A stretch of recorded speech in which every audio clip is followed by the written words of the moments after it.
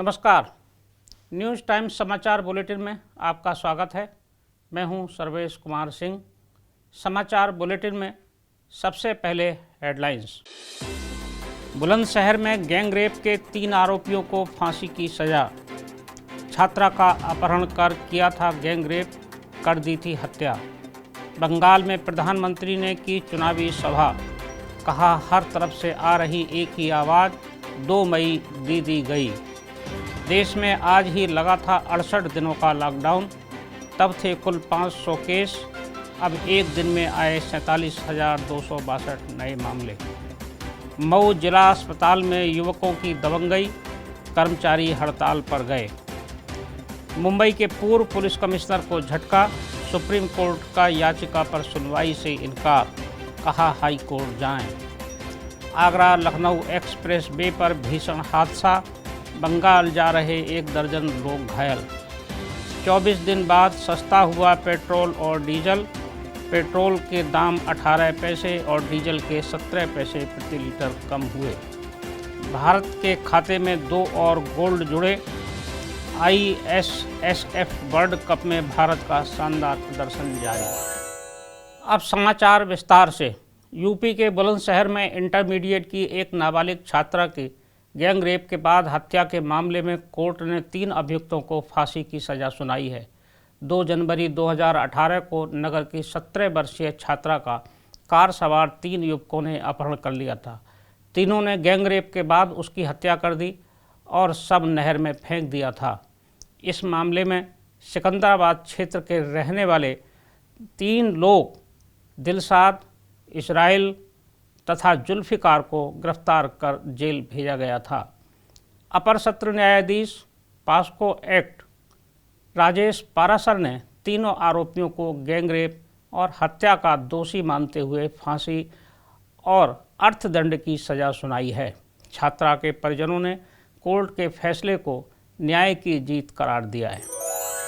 प्रधानमंत्री नरेंद्र मोदी ने आज पश्चिम बंगाल के मेदिनीपुर के कांची में चुनावी सभा को संबोधित किया। प्रधानमंत्री ने मुख्यमंत्री ममता बनर्जी पर जमकर हमला बोला। पीएम ने कहा कि बंगाल में अब हर तरफ से एक ही आवाज़ आ रही है, 2 मई दी गई। प्रधानमंत्री ने कहा कि पहली बार वोट डाल रहे युवाओं के लिए यह चुनाव बहुत अहम है, वही बंगाल में असली परिवर्तन लाएंगे। 2 मई के बाद यहाँ भाजपा की सरकार बनेगी। बंगाल के विकास के रास्ते में आ रही बाधाएं दूर हो जाएंगी। किसानों के हक के 3 साल के पैसे भी उनके खाते में जमा करके रहूँगा। उन्होंने ममता बनर्जी के बंगाली बनाम बाहरी का भी जवाब दिया। प्रधानमंत्री ने कहा कि भाजपा के जीतने पर बंगाल का ही कोई धरती पुत्र मुख्यमंत्री बनेगा। देश भर में कोरोना संक्रमण एक बार फिर बेकाबू हो रहा है। महाराष्ट्र, गुजरात और मध्य प्रदेश समेत कई राज्यों में स्थिति भयानक होती जा रही है। हालात फिर से लॉकडाउन जैसे हो गए हैं। आज से ठीक 1 साल पहले देश में लॉकडाउन लगाया गया था। रेल और बसों के पहिए जाम हो गए थे। दुकानें, कारखाने, कंपनियों पर ताले पड़ गए थे। लोग घरों में कैद हो गए थे। उस समय देश में कोरोना के मात्र 500 मामले थे, जो कि अब 1,17,24,000 हो चुके हैं।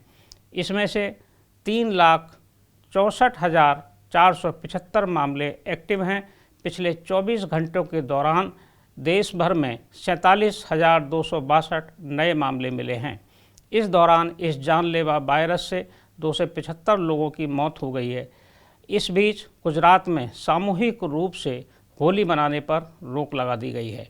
महाराष्ट्र के शहरों में लॉकडाउन लगा दिया गया है।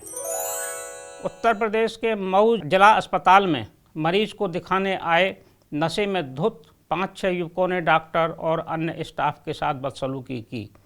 गाली देते हुए मारपीट पर उतारू हो गए और हवाई फायरिंग भी की। इससे नाराज डॉक्टरों और अस्पताल कर्मचारियों ने ओपीडी में काम ठप कर दिया और हड़ताल पर चले गए। सुप्रीम कोर्ट ने मुंबई पुलिस के पूर्व कमिश्नर परमवीर सिंह की याचिका पर सुनवाई से आज इनकार कर दिया है। शीर्ष अदालत ने कहा कि जो आरोप लगाए गए हैं वे बहुत गंभीर हैं, आपको पहले हाई कोर्ट जाना चाहिए था। अदालत ने याचिका में अनिल देशमुख को पक्षकार न बनाए जाने पर भी सवाल उठाया। परमबीर सिंह ने महाराष्ट्र के गृह मंत्री अनिल देशमुख पर भ्रष्टाचार का आरोप लगाते हुए सीबीआई से जांच कराए जाने की मांग की थी। इसके अलावा उन्होंने अपने ट्रांसफ़र को भी इस याचिका में चुनौती दी थी। शीर्ष अदालत के आदेश के बाद परमबीर सिंह ने अपनी याचिका वापस ले ली है। परमबीर सिंह अब इस मामले को लेकर बम्बई हाई कोर्ट में याचिका दाखिल कर सकते हैं। इसी मामले को लेकर पूर्व मुख्यमंत्री देवेंद्र फडणवीस ने आज भाजपा प्रतिनिधिमंडल के साथ मुंबई में महाराष्ट्र के राज्यपाल भगत सिंह कोश्यारी से मुलाकात की और उन्हें एक ज्ञापन भी सौंपा। पूर्व मुख्यमंत्री फडणवीस ने कहा है कि इस पूरे मामले पर सीएम उद्धव ठाकरे की चुप्पी दुखद है। आगरा लखनऊ एक्सप्रेस वे पर एक तेज़ रफ्तार स्लीपर बस सर्विस लेन में खड़े ट्रक से टकरा गई। टक्कर इतनी तेज़ थी कि बस का एक तरफ का हिस्सा पूरी तरह से क्षतिग्रस्त हो गया। आज सुबह हुए इस हादसे में 2 बच्चों समेत 1 दर्जन से अधिक यात्री गंभीर रूप से घायल हो गए हैं। कई घायलों को गंभीर चोट लगी है। उन यात्रियों को निकट के चिकित्सालय में भर्ती कराया गया है। गंभीर यात्रियों को ट्रामा सेंटर भेजा गया है। ये बस गुरुग्राम से पश्चिम बंगाल के मालदा जा रही थी। बस में सवार सभी यात्री बंगाल के ईटानगर जिले के रहने वाले हैं और चुनाव में वोट डालने जा रहे थे। दुर्घटना की सूचना पाकर मौके पर पहुंची पुलिस ने घायलों को सिकोहाबाद के चिकित्सालय भिजवाया है। पेट्रोल और डीजल के दामों में कमी आई है। पेट्रोल की कीमतों में 18 पैसे और डीजल की कीमतों में 17 पैसे प्रति लीटर की कमी की गई है। इससे पहले लगातार 24 दिन तक पेट्रोल और डीजल की कीमतों में कोई बदलाव नहीं किया गया था। नया रेट जारी होने के बाद लखनऊ में पेट्रोल 79 रुपये 14 पैसे और डीजल 81 रुपये 70 पैसे प्रति लीटर पर आ गया है। अंतर्राष्ट्रीय बाजार में कच्चे तेल का भाव 15 दिन में 10% तक कम हुआ है। नई दिल्ली में हो रहे ISSF खेलों में भारत ने शानदार प्रदर्शन किया है।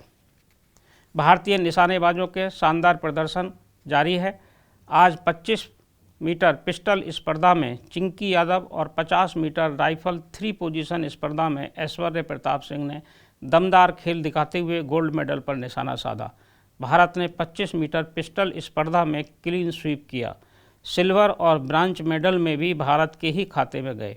राही सरनोबत को सिल्वर और मनु भाकर को ब्रांज मेडल हासिल हुआ।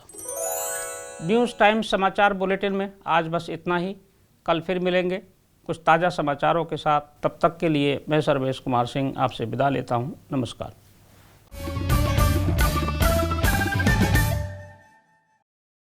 सब्सक्राइब करें हमारे YouTube चैनल को और हर अपडेट पाने के लिए बेल आइकन को दबाएं।